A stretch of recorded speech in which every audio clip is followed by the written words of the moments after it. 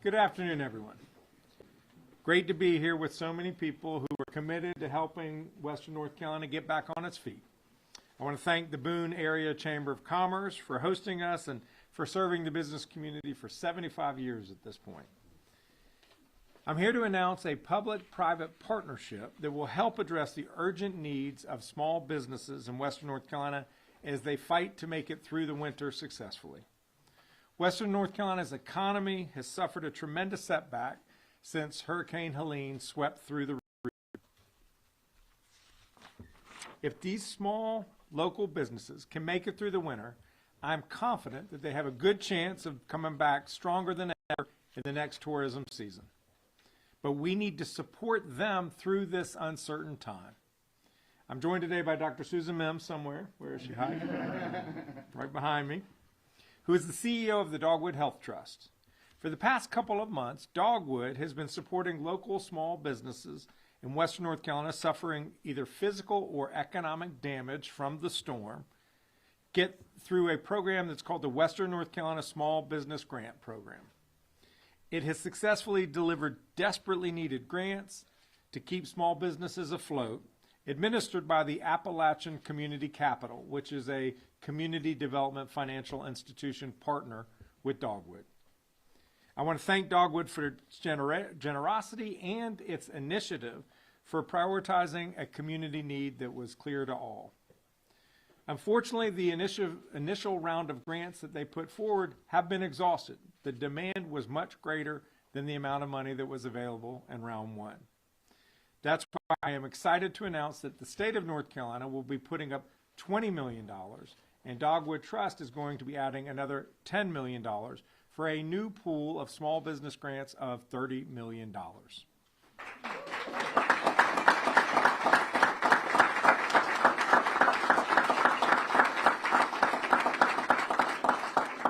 Again, it's all about helping small businesses that need a boost during this slow time of business year and who suffered from Hurricane Helene. We also hope that other foundations join Dogwood and the state of North Carolina in this initiative.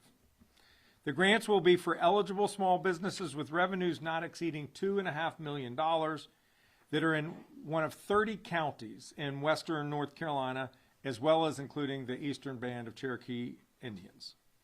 If you are a small business in one of these affected counties and you suffered due to a lien, please apply for assistance. The portal on the Appalachian Community Capital website is online now. I'm proud to be announcing this investment from our state and philanthropic partners because when our small businesses thrive, we all thrive. I've met with many small business owners on my trips out west in recent weeks and months. Amy Davis and her family provided tens of thousands of meals to hungry McDowell County neighbors from their country store and cafe in Old Fort. Ashley Gallagher here in Watauga County turned her indoor skate park into a distribution center for food, clothing, water, heaters, building supplies so that she could help her neighbors. And I don't want to steal Renata's thunder. Where's Renata? But she has a powerful, touching story to share as well today. These small businesses are the beating hearts of our communities.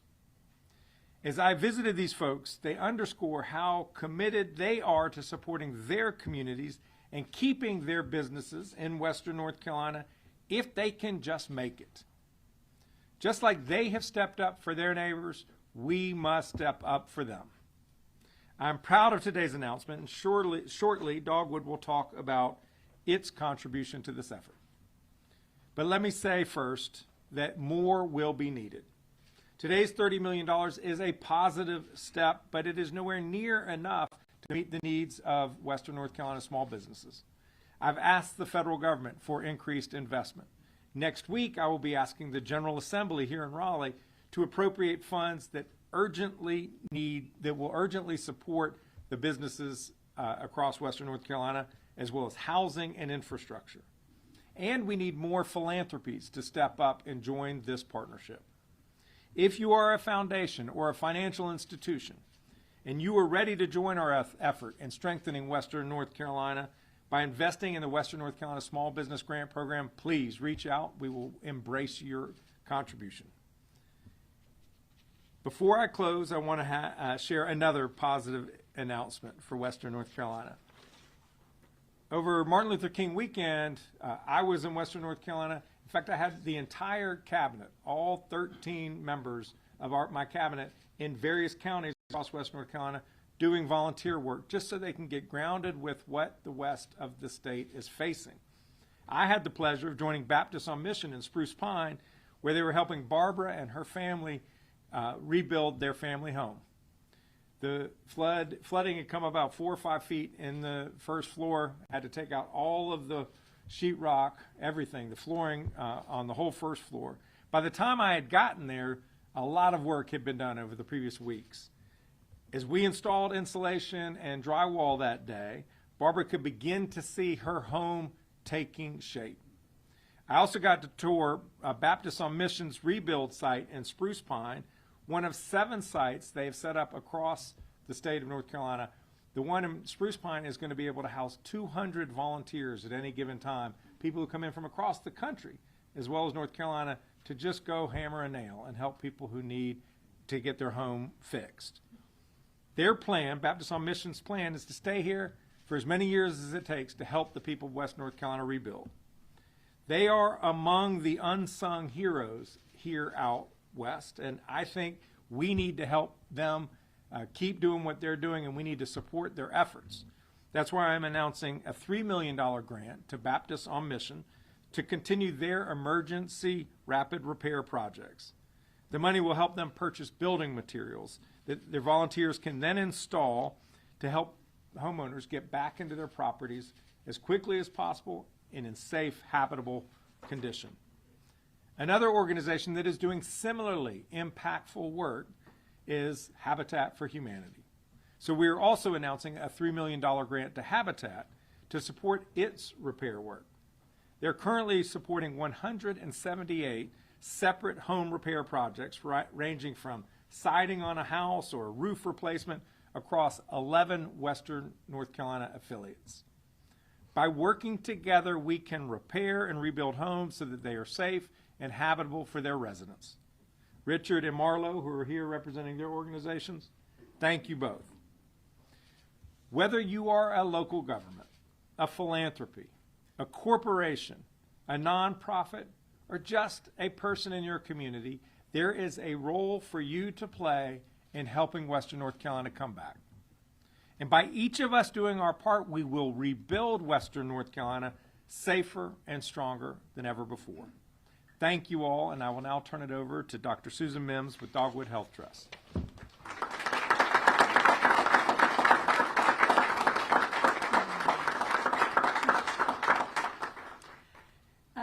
Thank you, Governor Stein, and good afternoon to everyone who is participating today.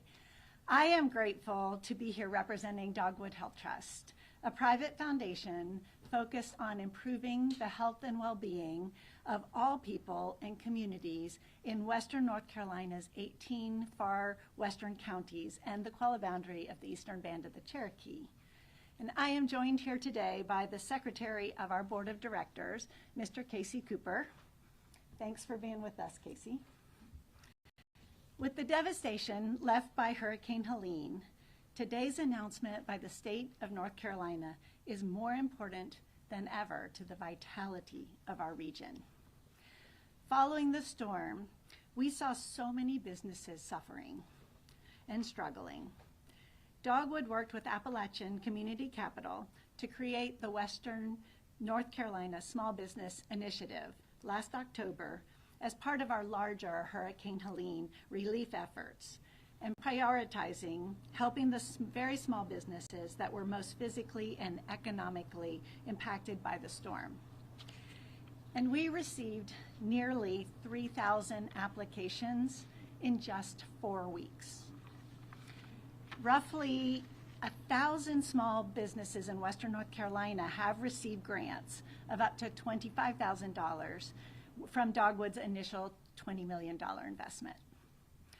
Earlier this month, we received a thank you note from a photographer and gallery owner named Karen Mogget, who received one of our grants. Her business was located in the River Arts District in Asheville. The day before the storm, she grabbed whatever she could fit from her gallery into her car. And when she returned 10 days later, everything was gone and completely devastated. Karen was about to give up and move on before she got the grant. But with it, she was able to resume her payroll, rebuild some of what she lost, and replace inventory, found a temporary location to sell her work, and now is thinking about how she's going to go about opening a space of her own again. It's stories like Karen's and today's announcement by the state of North Carolina that have inspired Dogwood to announce and invest another $10 million into the Western North Carolina Small Business Initiative.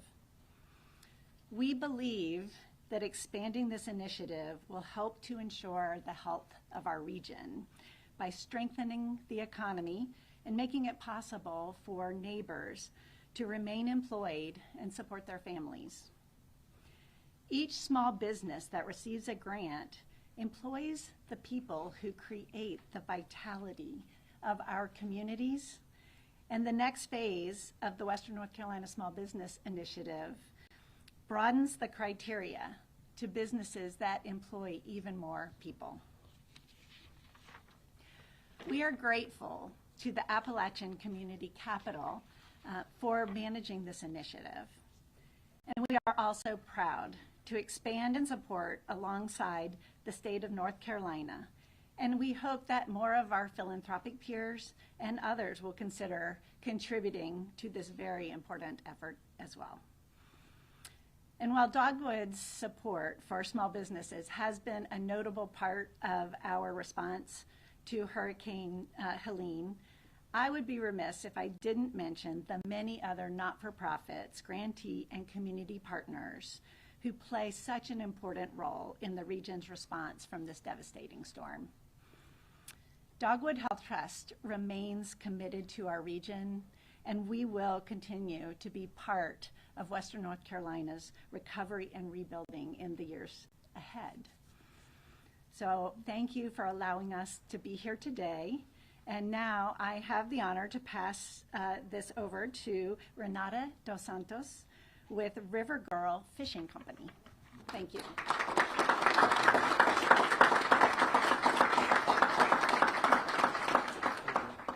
Good afternoon, and thank you for the opportunity to speak today. My name is Renata Dos Santos, and I'm the co-owner of River Girl Fishing Company in Todd. My wife, Kelly, the original River Girl, founded the business 20 years ago.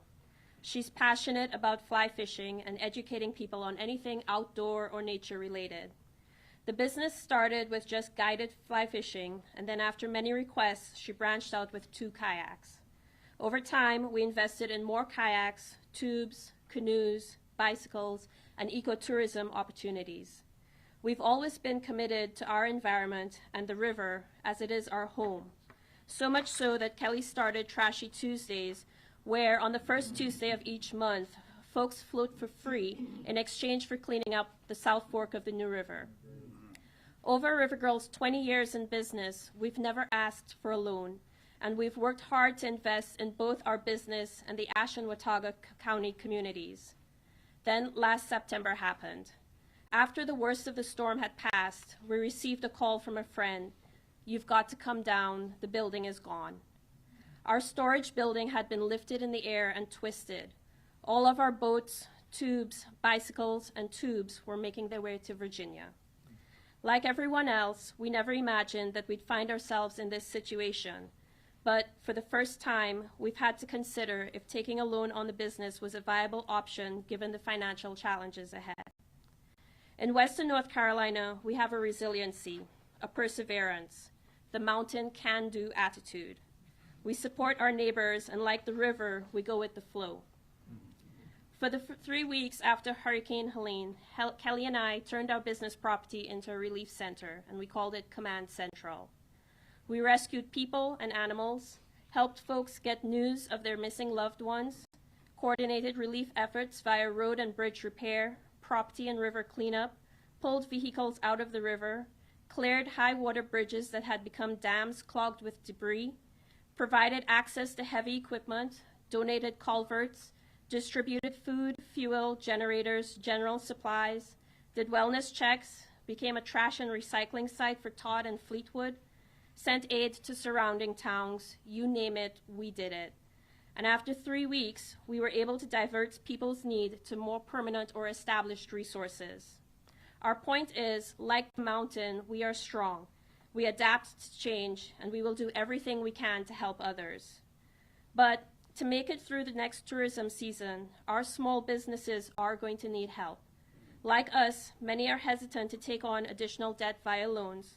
We are a seasonal business, and normally funds made through the on-season serve as our sustenance during the off-season. Many, like us, accumulate resources over the years, and it is challenging, to say the least, to rebuild 20 years' worth of our livelihoods in just a few months. And that's why Rivergirl is proud to stand here in support of this grant program. It recognizes the critical role that our small businesses play in our community, and it recognizes that when we succeed, our whole community succeeds. To be honest, at this point as business owners, we are taking it one day at a time. We are proud of the work we're doing, and this upcoming tourist season will be heavily focused on education and cleanup. And while we are physically back to square one of offering fly fishing and a few kayaks, it is our hope that through grant funding, small businesses like ours will have a fighting chance to survive. And just as much as we focus on our financial footing, we also need to keep an eye on supporting the emotional and mental trauma people have endured.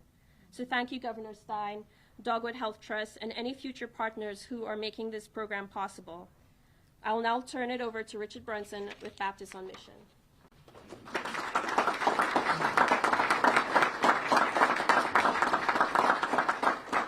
Thank you. Well, we're so honored to be here with the different groups who are here, who are making such a big difference all across Western North Carolina. Thank you so much, Governor Stein. Thank you for the grant. We're so thankful for these funds and for the disaster relief grant that we received from the General Assembly before Helene even hit. We're going to use all these funds to purchase building materials, as you said, Governor, to be used by volunteers to help families get back in their homes. Our goal is 1,000 homes this year. You know, more than half the cost of building is labor. And so when volunteers provide the labor, we can double the impact or even triple the number of families that can get back in their homes. And especially when we have great volunteers like Governor Stein, because I heard from our team that he was one of the best people they had putting up sheetrock. But maybe more important than that, talking to people and encouraging people like Barbara, whose home that the governor was in. So volunteers are providing not just that labor, not just that's so important, but it's that listening ear. It's a smile. It's a prayer. It's encouragement for the family, and they know they're not forgotten. Volunteers are providing hope. So thank you so much for coming to our Rebuild Center sites, along with your cabinet, Governor Stein, and working and giving hope to families affected by Helene. Baptist Disaster Relief volunteers have been working ever since Helene hit. We start out with, we have a lot of mass feeding equipment, and along with our partners with North Carolina Emergency Management and Red Cross and Salvation Army, we were able to provide almost 500,000 hot meals after Helene. Next came chainsaw and tarps on roofs and mud outs and tear outs of homes that had been flooded. And volunteers showed up to tear out flooring and drywall, to stop the spread of mold, and just to give encouragement with conversations and smiles and prayers. And over 5,000 jobs were completed. And now we're in the stage of rebuilds, and we're trying to get as many people back in their homes as possible. Richard and Tammy Weeks are here with me, and they're our site coordinators for all those 7 sites that the governor talked about across Western North Carolina. And they told me the story of just one of many homeowners. This particular family is the Carpenter family. And every home on the street where the Carpenter family lives was severely damaged by flooding from Helene. Volunteers were going door to door, and they met the Carpenter family, and it was a unique situation. Mr. Carpenter had some dementia and would not leave the home they were living in. Even though it was completely damaged, it was gutted, all their belongings were piled beside the road. Mr. Carpenter was very anxious, he was struggling. So plans for the work began immediately, and volunteers were called in and hit the ground running, and as work began, Mr. Carpenter started showing signs of calmness, and just in a matter of a few weeks, the family was back to somewhat of a normal life, and the rebuild process was well underway. And volunteers would work, and they would talk to Mr. Carpenter, and they had him smiling and calm, and just a few weeks after that, their home was completed, and the Carpenters were so thankful for their home and for the volunteers. Rebuilding homes and rebuilding lives. The recovery effort in Western North Carolina is going to be a marathon, not a sprint. We'll need lots of volunteers to help over the next 4 or 5 years. As the governor described the Essential Rapid Repair Program, that this is the first phase to get families back in their home. It won't be a completely finished home, but it will provide the basics. Insulation, flooring, sheetrock, the electrical, the plumbing, HVAC, a functional kitchen, appliance, and bathrooms. And then we'll come back later and finish the house. It's our desire to get as many people back into a warm, safe, secure, functional house as soon as possible. It costs approximately $20,000 per home for the building materials. Again, volunteers more than double the value of the work because they're providing their volunteer labor. To help with this effort, we're using lots of and need even more licensed plumbers and electricians and people with construction skills because all this work has to be done to code, working with county building inspectors. But we're also going to need hundreds of other people willing to assist in many ways. People who just want to be Jesus' hands and feet to homeowners. Homeowners like the Carpenters and many, many more. In a disaster, a lot of times I think of a Bible verse. It's Romans 8:28. And Romans 8:28 says, "In all things God works for good." God's a good God. We live in a fallen world and bad things happen, but God's always working for good, and God calls us to work for good. You know, some of our very best volunteers are from Western North Carolina. These volunteers have made many, many trips down east after Florence and after Matthew to help those families down east affected by Matthew and Florence get back in their homes. And now some of these very volunteers have lost their homes. And so mountain people are special and right now us, and I'm so thankful that God's giving us the honor of helping them. Thank you, Governor Stein, for all that you're doing to help Western North Carolina. I want to introduce the next speaker, Marlo Foster with Habitat.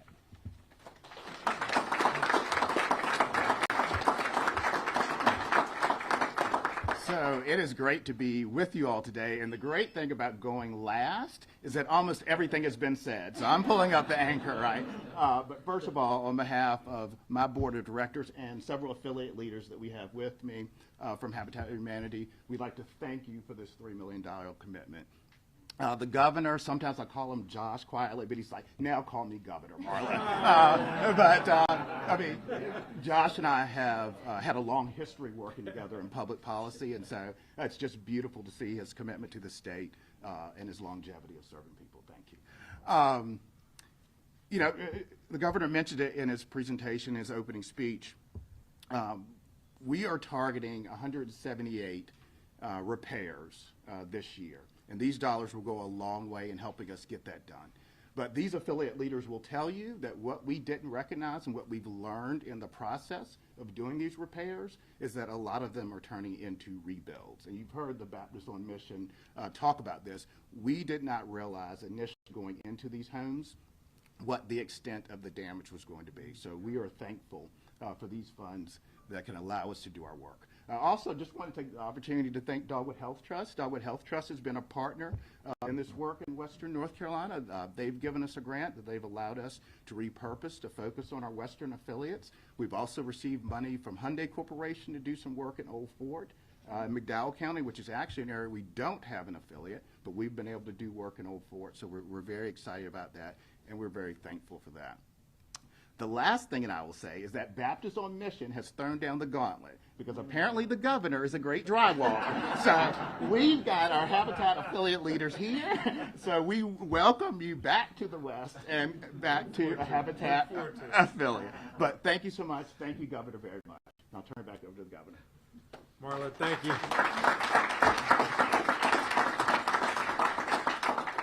What I'm very good at is taking direction. And the folks with Baptist on Mission, they told me exactly what I needed to do, and I did what I was told. We are happy to take questions, and you can direct them to any of the speakers. Governor, how will you source that state portion? It will come from appropriations that the General Assembly has made, and I want to thank the legislature for the investments it has made to date, but we all recognize is there is much more work to be done. This is just about accelerating the work, bringing urgency to this moment, but this work is going to go on for months and in some instances years, and we as a state, we as a nation have to be here for the long haul to help the people of Western North Carolina. On the federal portion, obviously you met with the president when he visited Western North Carolina. Have you heard back from the White House in terms of their commitment to the state? Yeah, I've been very grateful. The president came to North Carolina. It was his first visit out of Washington, D.C. after being re-inaugurated. And so that was a strong signal. He reassured me that North Carolina would not be forgotten in any subsequent disaster relief bills that Congress passes.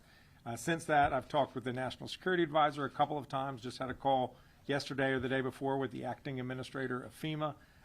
They remain focused on making sure that we work together as well as possible to get this relief work done as well as we can. What factors led to the expansion to additional counties and larger businesses?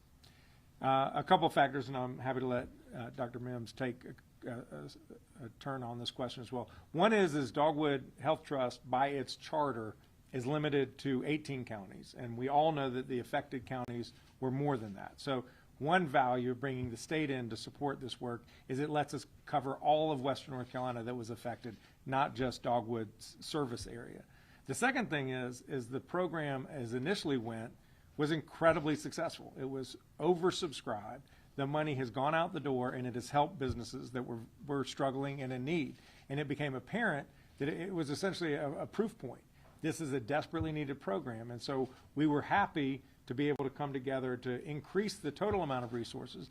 And we also realized that in the first wave, even though there were a number of businesses with revenues of less than $1 million, that was the original limitation, there were more businesses that needed it in that category than were able to get funded. But there were a lot of businesses in the next size, from $1 million to $2.5 million in revenues, that also needed help. And that was the thinking behind allowing both sets of businesses to be able to apply this time. And I'll see if Dr. Mims wants to add. Well, I think the governor covered it very well. We start something, we have to start somewhere, and we knew that we could provide this in a circumscribed way and learn as we go. And the more you learn, we heard from so many businesses that were just over the limit, and their stories are extremely compelling. And so we, as soon as we had that program underway, we started looking for opportunities to actually, increase that limit to a higher revenue level. And I am so pleased with the state of North Carolina's help that we are able to do that and announce this today.